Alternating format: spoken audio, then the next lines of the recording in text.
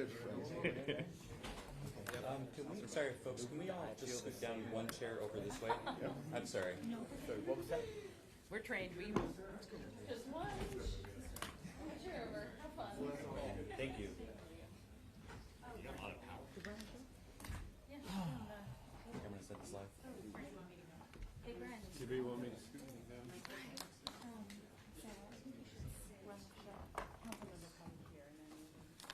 Oh, but you're actually. So why don't you sit here? Okay. And Tom's speaking as well. Oh, geez. Yeah. Where's your mouse? There we go. That's not bad. We're at this in there. I think that mic was exciting. This is about some exciting news. Go ahead and get started, Governor. Thank you. Just to remind myself. And all right. In case you don't know where you go, what order. Okay. Well, good afternoon, everyone. Thank you for joining us. Today, members of the Multifamily Housing Development Work Group presented their recommendations to the mayor and I, Mayor Wilson and I, convened this group a couple months ago to discuss state and city action to make it easier and faster for developers to build the housing that Portlanders and Oregonians need.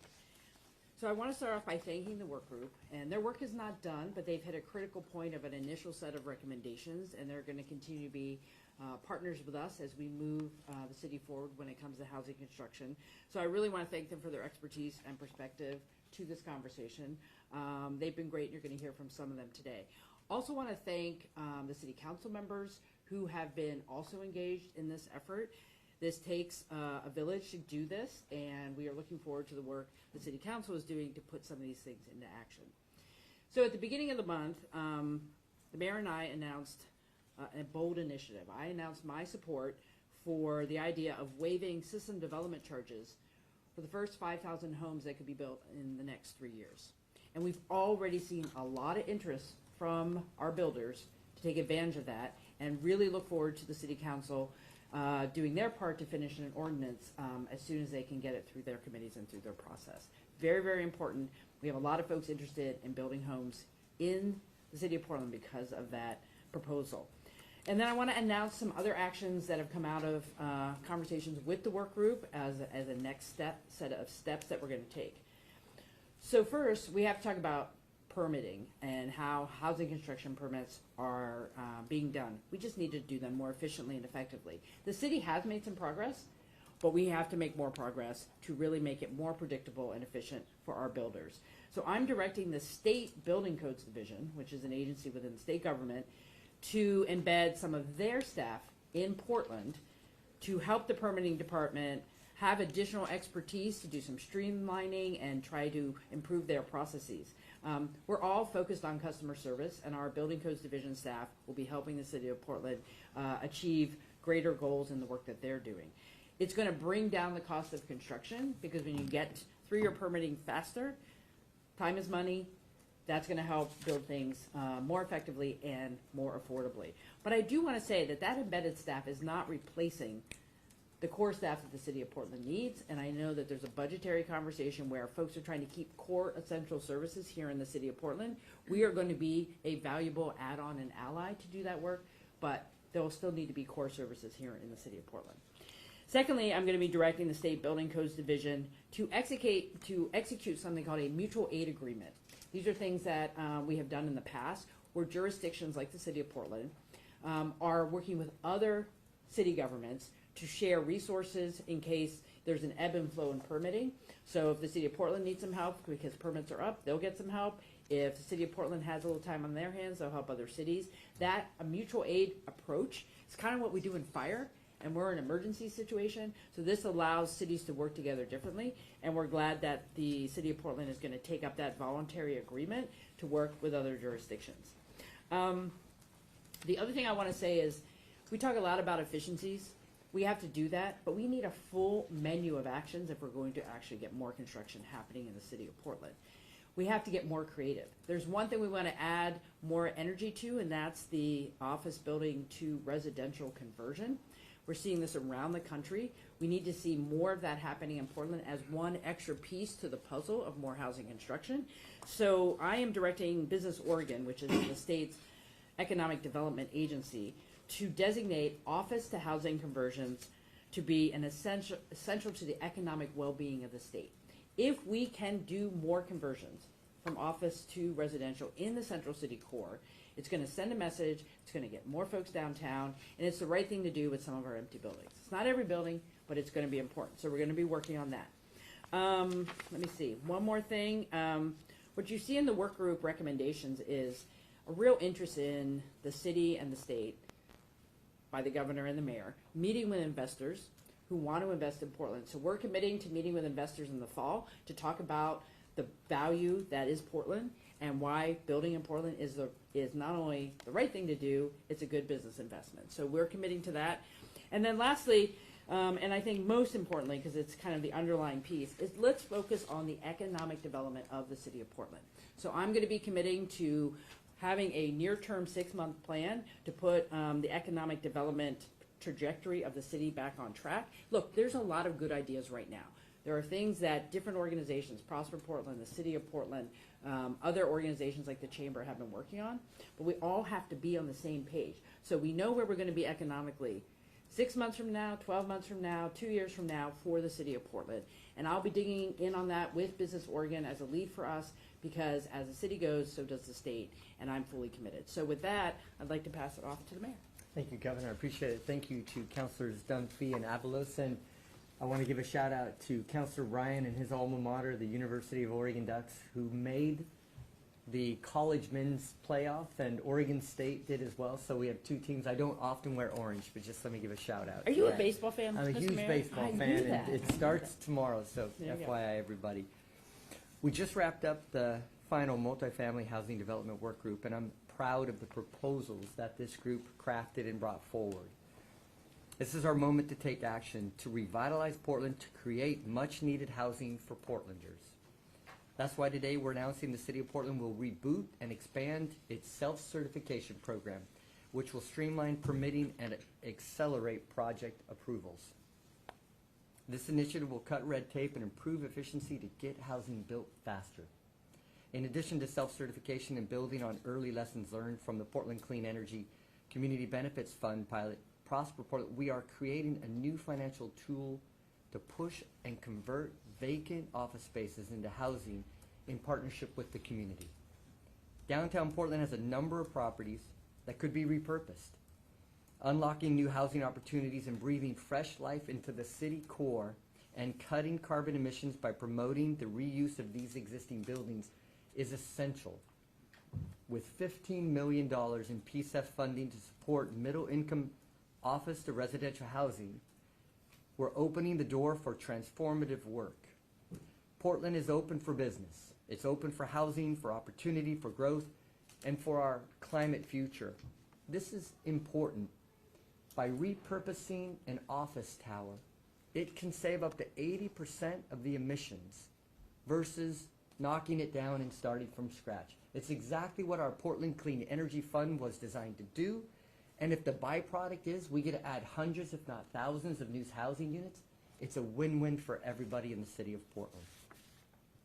Also, as the governor noted, the System Development Charges, or SDC waiver, for the next 3 years is another critical investment that we announced last time we met. It's going to fuel the construction of 5,000 units.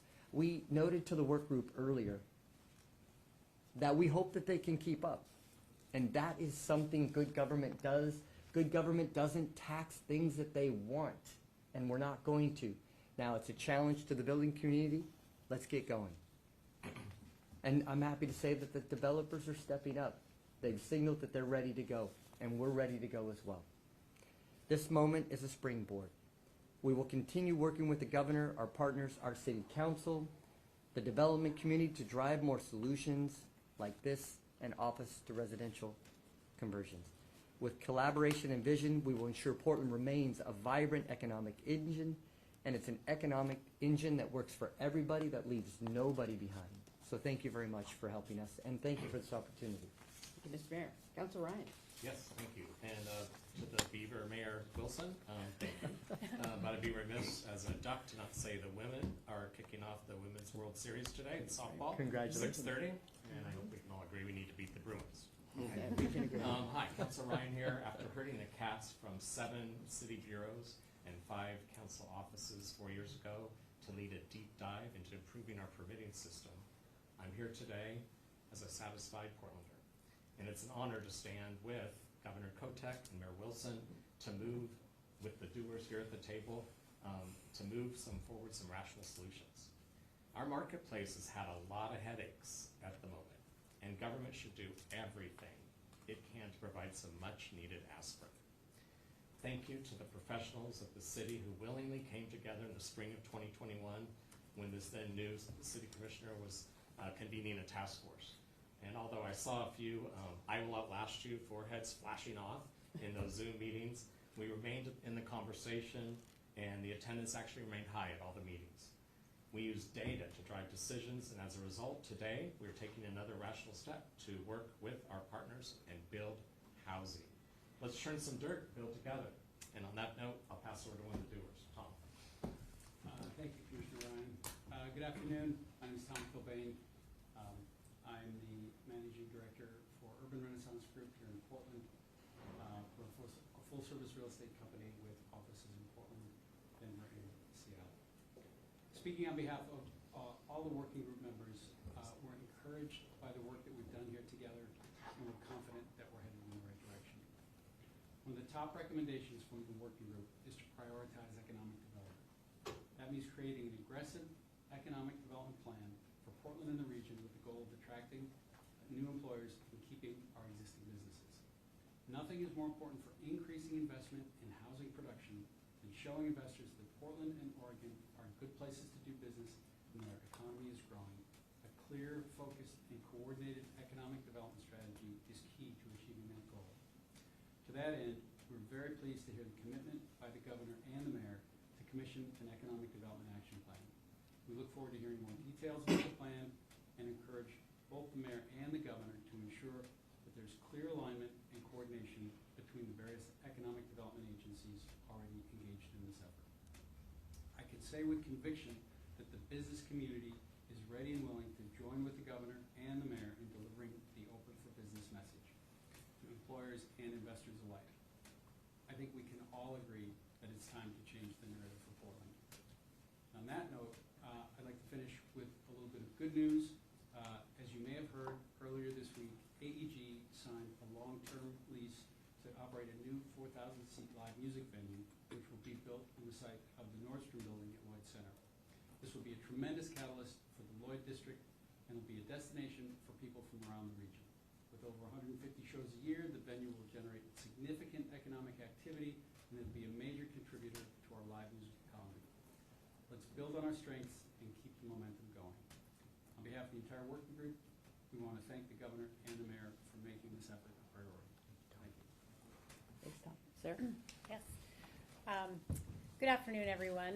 My name is Sarah Zahn. I'm the Managing Director of Development for Security Properties. We're a multifamily developer, owner, and operator of over 22,000 units in the western states. I'm also the board president of Oregon Smart Growth. I want to start today by acknowledging something really important. In recent years, we haven't always had a governor and a mayor working in such close collaboration as Governor Kotek and Mayor Wilson. I want to thank you and your staffs and encourage all of you to keep building on this initial hard work and the significant progress we're making. I believe it will benefit all Oregonians.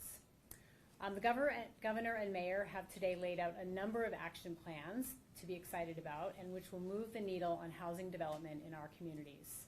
The proposal to freeze system development charges will immediately change some financial models and move forward hundreds of units that were previously stalled in the city. It doesn't make every project work, but it certainly helps. Thank you to all who have expressed support for this proposal, including the council members in attendance today, and we look forward to its passage at City Council in June. The governor and mayor have also committed to meeting with the investment community that provides the capital required to finance many of the larger scale projects that have traditionally delivered thousands of units each year in our community. Many of these investors are currently on the sidelines of Portland, not only because current economic conditions make investment in new development difficult, but because, real or perceived, Portland is not viewed as the strong investment it once was.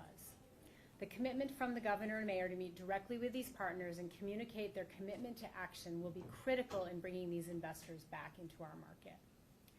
Today marks meaningful commitments forward in our work to produce the housing our state needs.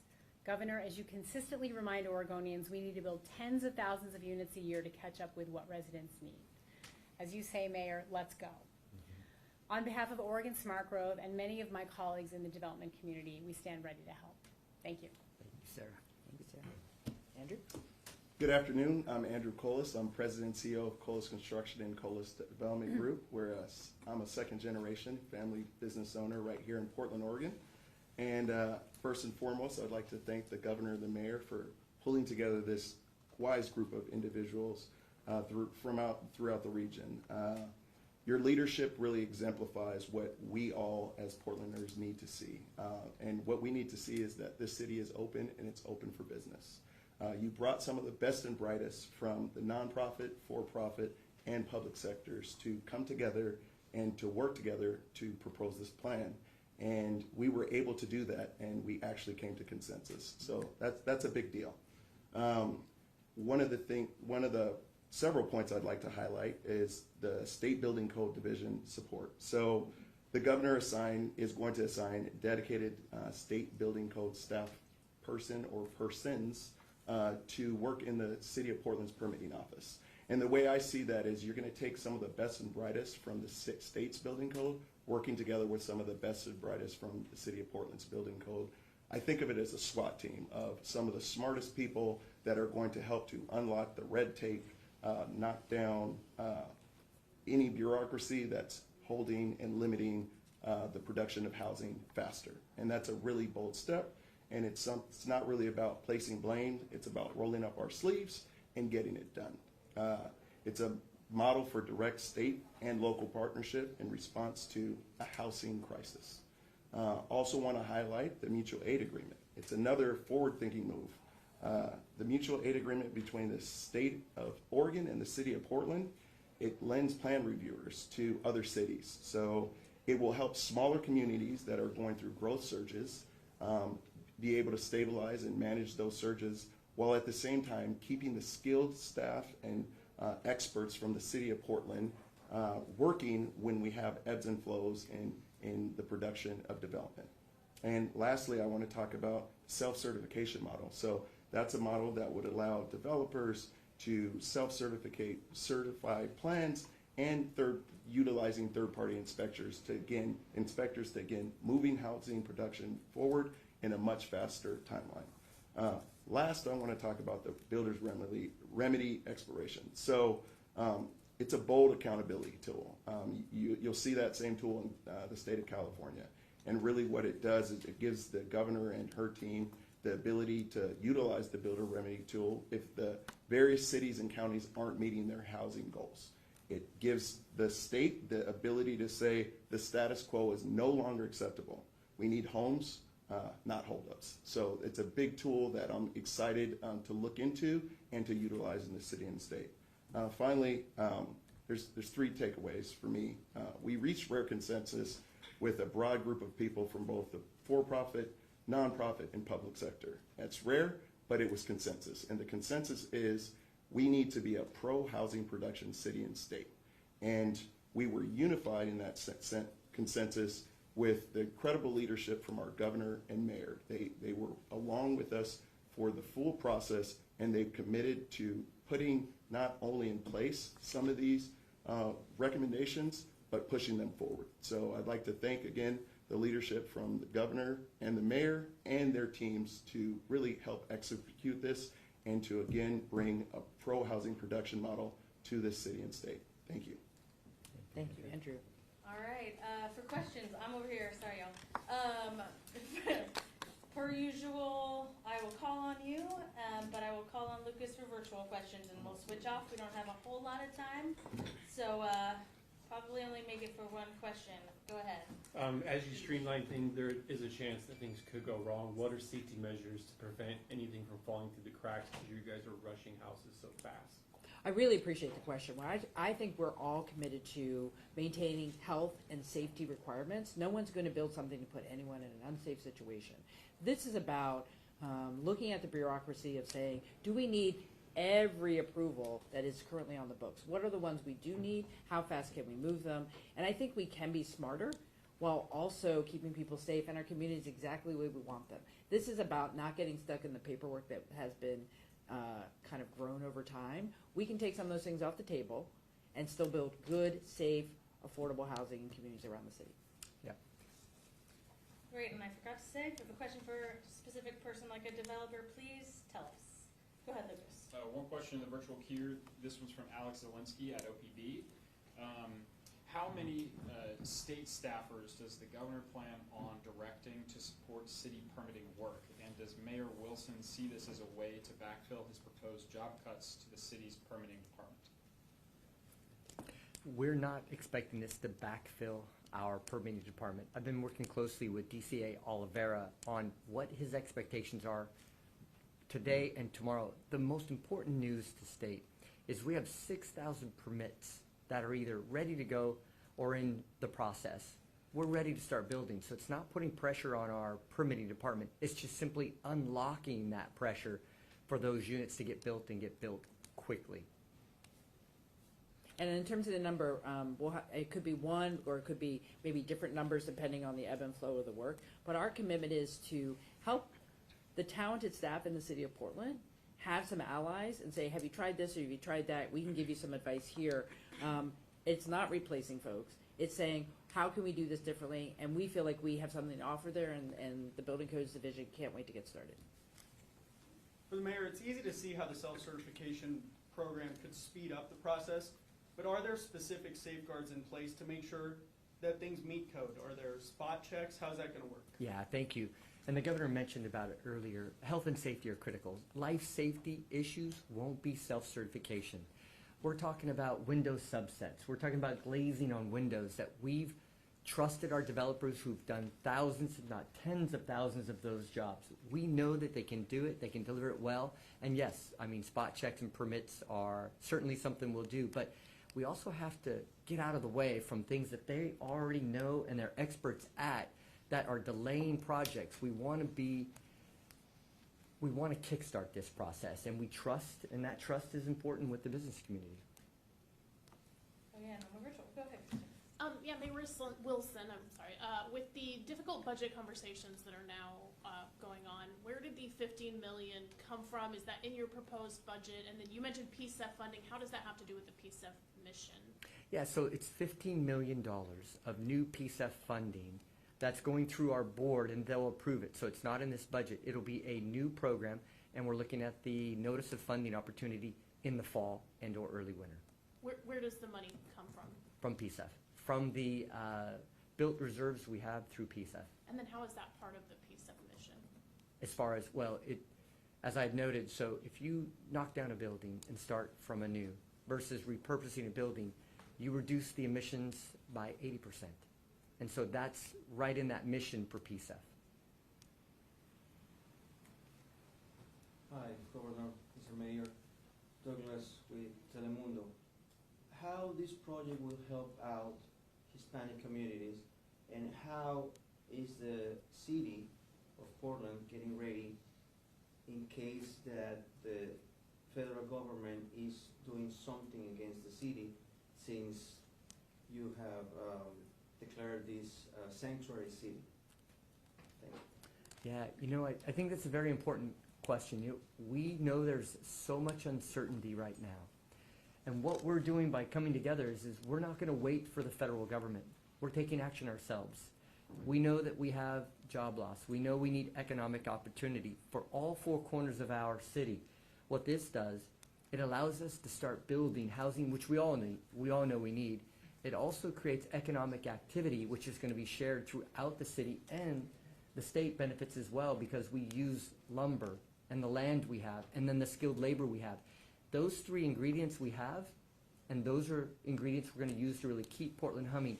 We need to avoid federal uncertainty and create certainty in Portland, and that's what this program really does. And how, but the Hispanic community is going to be available to this project? Absolutely. How is it going to? Skilled labor, Okay. land and lumber, all of those ingredients really help the Hispanic community, but all of our community to really accelerate our economic growth. So all of us are going to really enjoy this economic renaissance. Do you have any comment on the sanctuary subject? I think my point is really clear on that. We're not going to change our values because somebody else in a different state and or national federal government asked us to change. Those are our values. But I tell you what the governor and I are going to do. We're going to show what a well-run city looks like when you don't leave anybody behind or try and exclude people. And that's what we're doing here. And that's what this is really going to show. And we're going to show how our economic engine can really thrive this circumstances. And we're in lockstep on that. You Yeah. know, we believe in our immigrant communities. We Yeah. believe in creating a state where everyone can be successful. And when everyone who works hard and contributes has a place that they can afford, we're all better off. And so this is going to allow us to help housing become more affordable, because the less time and less money you spend being stuck in a permitting process or not knowing where you're going to get the dollars to finish a project, it'll get done quicker, and that keeps it more affordable at the end of the day when it's built. All right, go ahead. You mentioned permitting is often holding developers up. What are some other aspects that are preventing particularly affordable housing development, and how does that fit into your conversations? I mean, is it just permitting, or we've heard conversations about sometimes things just don't pencil out. So I was wondering if you could touch on the other elements that are barriers to construction. Well, I think what I'll say is the housing challenge we have needs us to take on a variety of things. Whether it's housing that has some subsidy to keep it more affordable, or workforce housing for middle income families, or all housing on the spectrum, big, small, or whatever. You need a good workforce who's trained to do the work. You need to have financing that works for folks. That's why the SDC waiver is very important, because if you can take some of those costs off the front end, these projects that are permitted can actually go to construction, and that's important. We do have to talk about the permitting and the kind of regulatory environment that we're in, and really examine what's absolutely essential for health and safety and what just needs to get out of the way so we can get built. So you have to put all these things together, and the state's doing its part, the city's doing its part, and you know, this group of the folks who are the builders, the developers, they also want to do business differently, right? So we all have to think about what we can all put at the table to get this done. Anybody who has an fantastic question? All right, go ahead. Real quick, the council has to greenlight the SDC waiver. Is that the case with the self-certification program? And there was also third-party review referenced. Who's going to pay for that if that comes around? So the council will help us with the SDC, and yes, they have to approve that. And we've been working with them, providing the information they need, and we'll continue to work closer. As far as the self-certification, it's an administrative change. And then I didn't catch your third question. There was a third-party review referenced in part of that self-certification program. Who pays for that? That comes from the developers and the contractors that are building. And just a point of clarification, we already have those third-party reviews for specific parts of the construction process. So when you're getting, for instance, a footing inspection, you have to have a third-party reviewer inspect your footing details before you call the city inspector. And the idea is that maybe we could minimize the amount of people that are having to be involved, so you can maximize the utilization of those other inspectors. So it's happening, the skill and knowledge is there. And then if I can, just in regards to affordable housing and all housing production, when you think about a project, there's a timeline. So let's say the average timeline is 20 months from design to completion of construction. Let's just use that just for simple round numbers.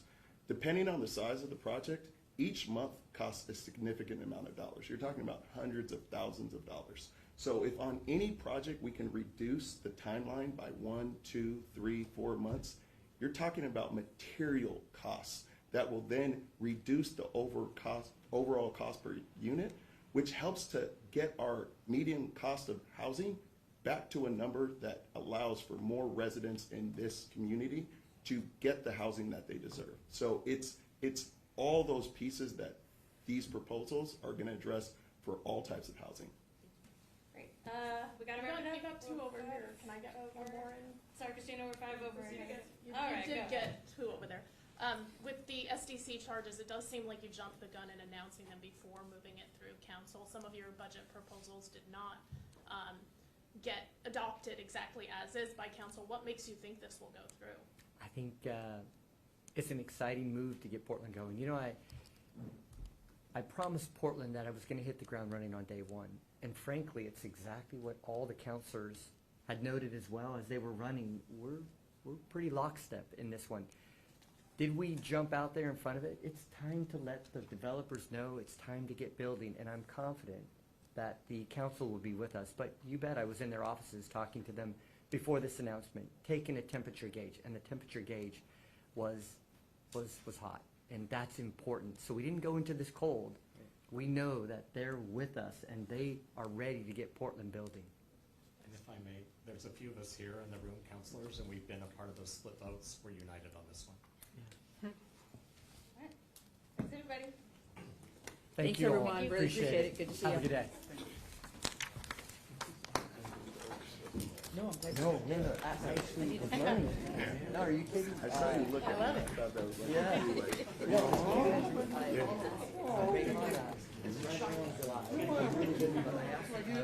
Like a two.